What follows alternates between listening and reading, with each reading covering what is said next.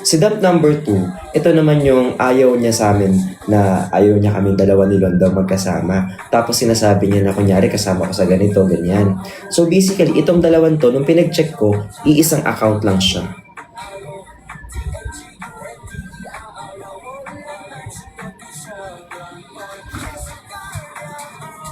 So ano nilalaro nyo kami? Nilalaro nyo kami na?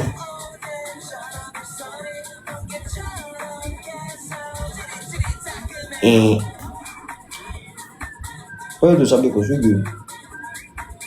Saka in-advise din nila ako yung mga friends ko, sabi nila sa akin, wag mo na kasing hayaan na sila mag-control dun sa kung sino pwede mong kasama kasi syempre masisira yung friendship natin and all.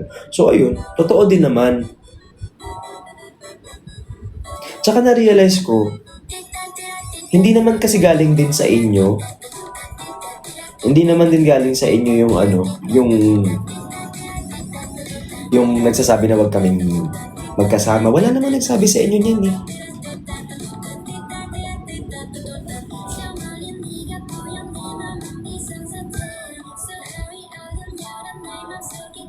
So ayun. Basta for example, ay nalobat ako, wag na daw ako magkwento. For example, kasi syempre, alam niyo yung, di ba, alam niyo naman siguro na may mga crush ako mga pornstar, di ba? Inisyo din nila yung take. Kasi may crush nga ako mga pornstar. So isip-isip ko naman, ito yung crush ko nung gagawin nyo. Anong gagawin nyo? Kasi ako pornstar, yung gagawin natin. Di ba? Nangingiilam, pati crush ko, pinakikiilaman, Isa. Hayaan nyo lang ako. Example, crush ko si Piolo Pascual. Alam, pakialam mo ba? Hindi mo sasiyan ni Piolo Pascual ang break siya.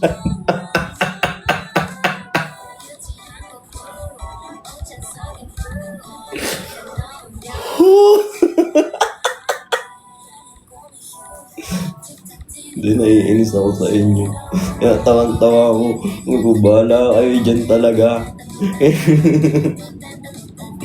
Ayun lang.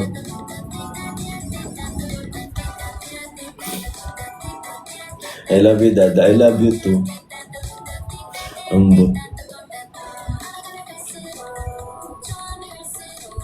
Kaya ako, dito minsan, nakapapansin niyo ba yung mga reply ko? Nangasar na lang talaga ako, Nambubuisit na lang ako. Tapos akala nila, high blood ka naman. Hindi, nambubuisit lang ako kasi akala mo naman, alam mo yung meron na naman kayong wait lang, ganda ng kanta. Oo, ayan. Hindi ba? Mamaya ka na nga ulit kasi nawawala yung kwento ko eh. Ayan. Ano nga ulit yung kinukwento ko? Ano yung kinukwento ko? Kalimutan ko yung kinukwento ko, Ay, Haro, thank you so much. Nakalimutan ko yung kinukwento ko. Ipaalala nyo nga.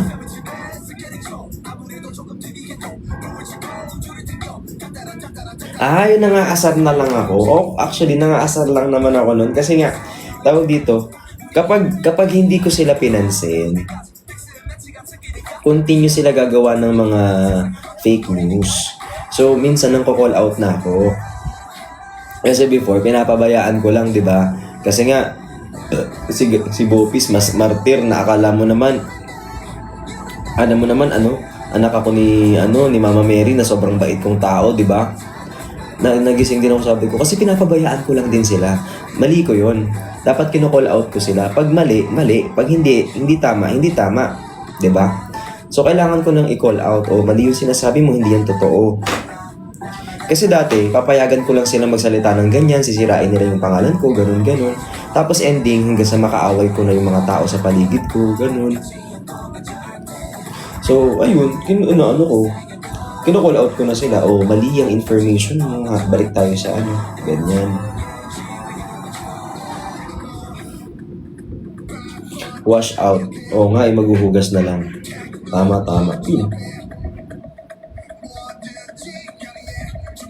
Pero, guys, bigyan niyo ako ng konting espasyo kasi mamaya may mga issue hindi ko alam. Ha? May mga chismis na hindi ko alam. So, yung iba kasi, nagalit na agad. Like, for example, ba't hindi ka nagsasalita? Ba't ako magsasalita? Hindi ko nga alam yung nangyayari sa inyo. Like, for example, ako may pagkakataon na sobrang busy ko talaga, di ba? Na hindi ako nakakapagbukas ng cellphone. Tapos di ako nakakapag-check ng mention. May kailangan na pala ako ipaliwanag, hindi ko alam. Pero nauna yung away, inaway na ako. Ba't hindi ka nagsasalita? Nagsisira si ganito, ganyan. Te, sandali lang naman, nagtatrabaho naman ako, te. Kaya awa ka naman, te. Kasi naman, kita mo naman nagtatrabaho ko. Te, malay ko bang meron kayong problema dyan? Kasi di ba, alam mo naman naghahanap buhay yung tao. Baka naman pwede maghintay kayo ng respond. Hindi naman pwede namang lagi na lang kayo kailangan mo na mag-react. Te, sandali. May hanap buhay din ako, te. Siyempre. O ganito. Ako na ang magwa-watch out ng mundo. Pero kayo ang magtatrabaho sa brick shop ko. Pwede naman yan eh. Ako magbantay ng mundo, ikaw magtrabaho dito. Te, magsi-cellphone lang ako, te. Para siyempre, minsan hindi ko din alam yan, te. Tapos hindi naman lahat, gano'n pag walang kwenta. Ay, Mama Satra, thank you. Pag walang kwenta, hindi na pinaparating sa akin. Maestro. Hindi, ako to, si Honesto. Sandali kasi. Ay, gusto ko to. Sandali! Sandali! Ng mga bobo, mga tulong sa akin, sasakit ng mga ulo. Walang respeto, parang hindi nagmana sa lolo. Ganyan ako kaloko, wala rin akong modo. Alam niyo na subok pero gusto niyo pa rin matesting. Parang mga bata na gusto mo makipag-wrestling. Baby, papatulog muna yan na ng besting. Ayoko na. Ano to testing base kustakli? Di mo alam.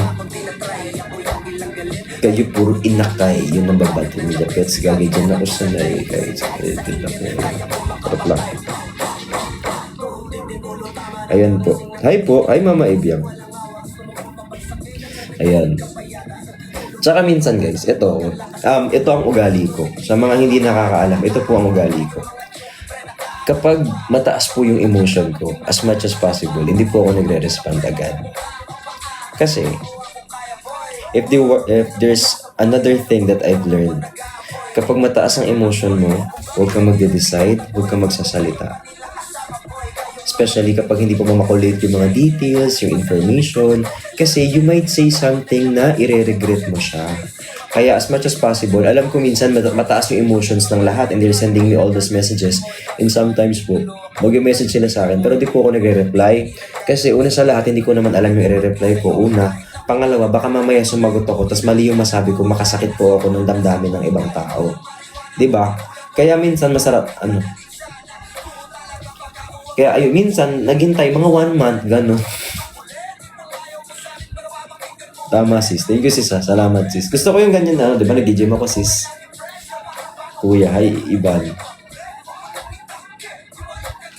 True, Bessie. Kung gusto yun, nagba-birthday ka, nandito rin narating ng usapan natin.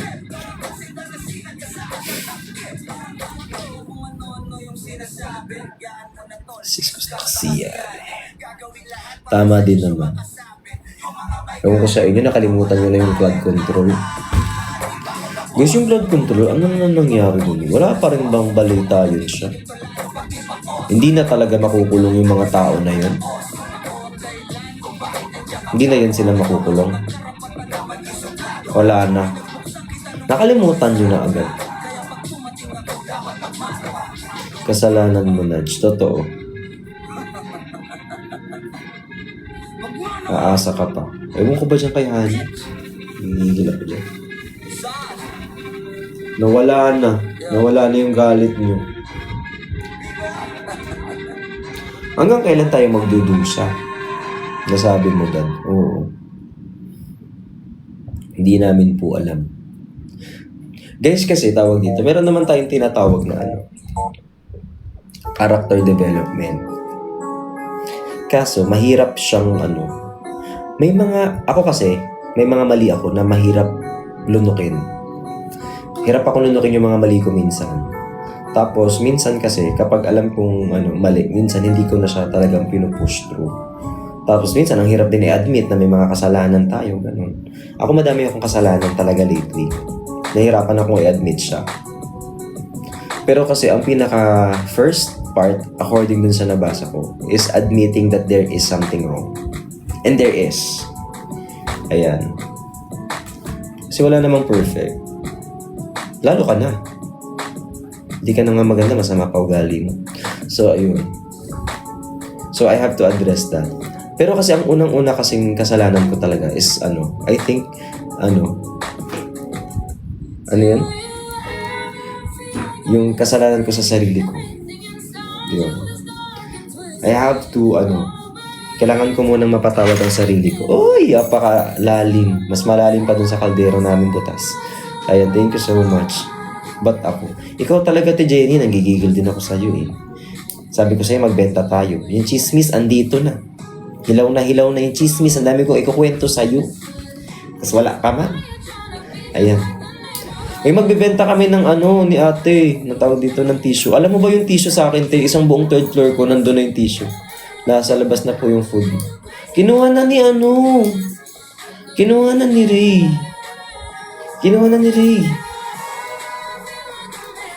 ni Ray. Dad love ka namin. Amy. Gusto ko yung pagmamahal nyo, guys. Pero syempre, kailangan ko din i-love si self. Kasi baka mamaya, I cannot give something that I don't have. Kaya medyo nagpahinga din ako.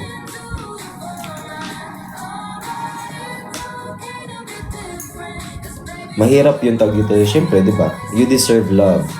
Pero kung ako nga hindi ko mahal yung sarili ko, paano ko kayo mamahalin? Yun yung mga time na wala nang lumalabas sa bibig ko, puro galit na lang, ganyan. Tapos kasi, dinistance ko yung self ko sa core ko. So, lumayo ako sa kanila. So, wala na ako mapagrantan, di na ako makapag-vent out.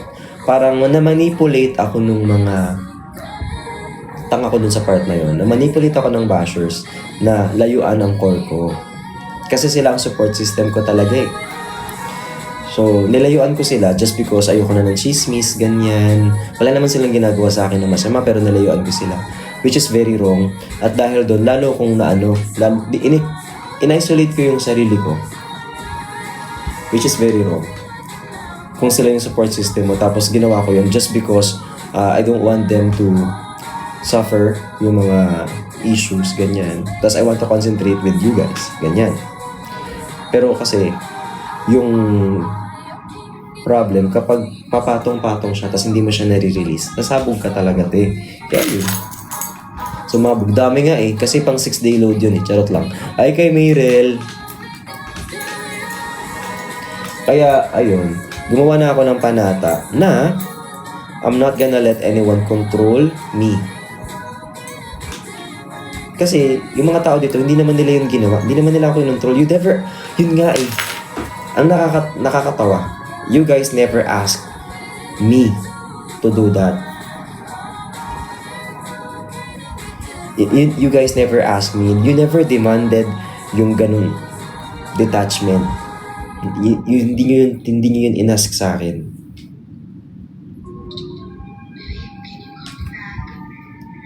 Kaya hindi ko rin pwedeng isabihin na kasalanan nyo, di ba? Hindi. It's my fault.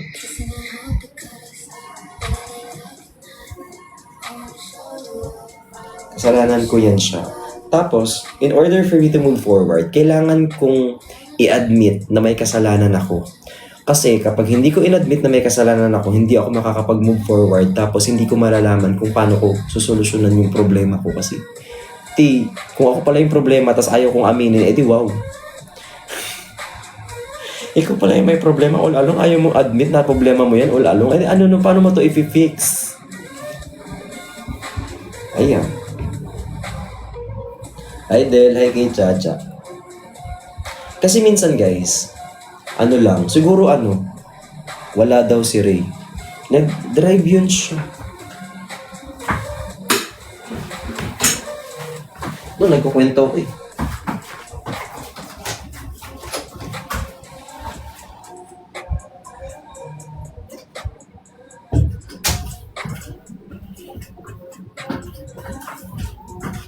Papunta na yun siya. Hintayin lang.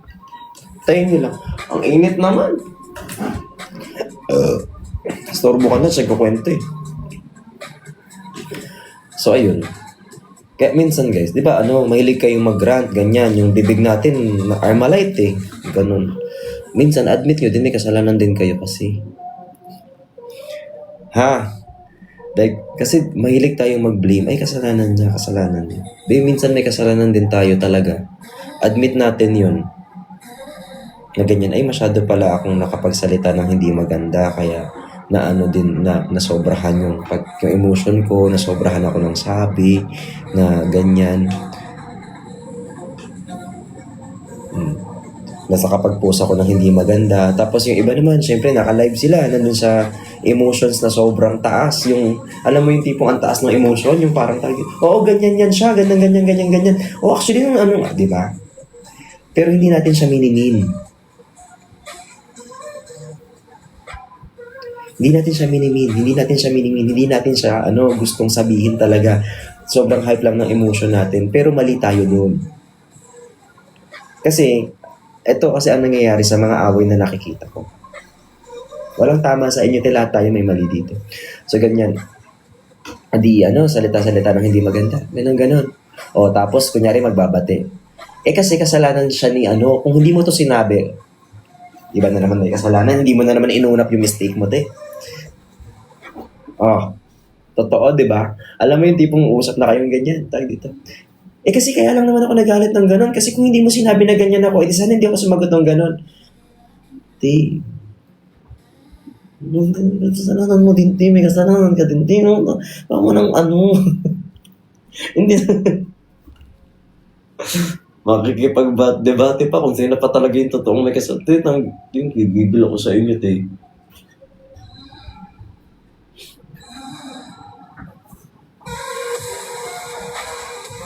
Ayun. Wala lang, na-realize ko lang. At least, hindi kasi para gusto ko din kasi kayong matuto din sa mistakes ko.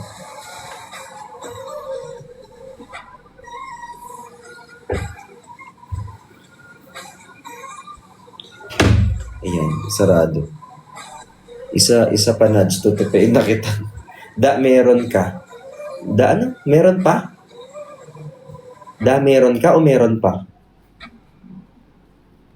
Sa kwarto niyo po ba yan, OOB? Dito sa kwarto. Dito kita mapahigain. Tapos, ganon. Ayan po. Tapos ganyan, di ba? Ganyan. May mga nakikita ko nagla-live ng ganito eh. Tapos dito. Kung gusto niyo po makarating dito sa baba, sa video nasa baba, puntahan niyo lang po itong link dito. Ganyan ka. Tapos ganyan ka. Ganyan. Tapos kapag gusto niyo po makarating dito sa video sa baba, puntahan niyo lang po yung link. Nandito po may video po dyan sa baba.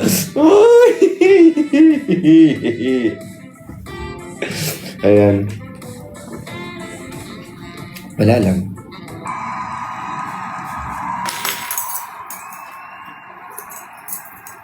Kaya tawag dito, right now, kasi people, hindi na ako where to sub. Hindi na ako yung sinasabi nila na, yung wala na akong mga masyadong explanation.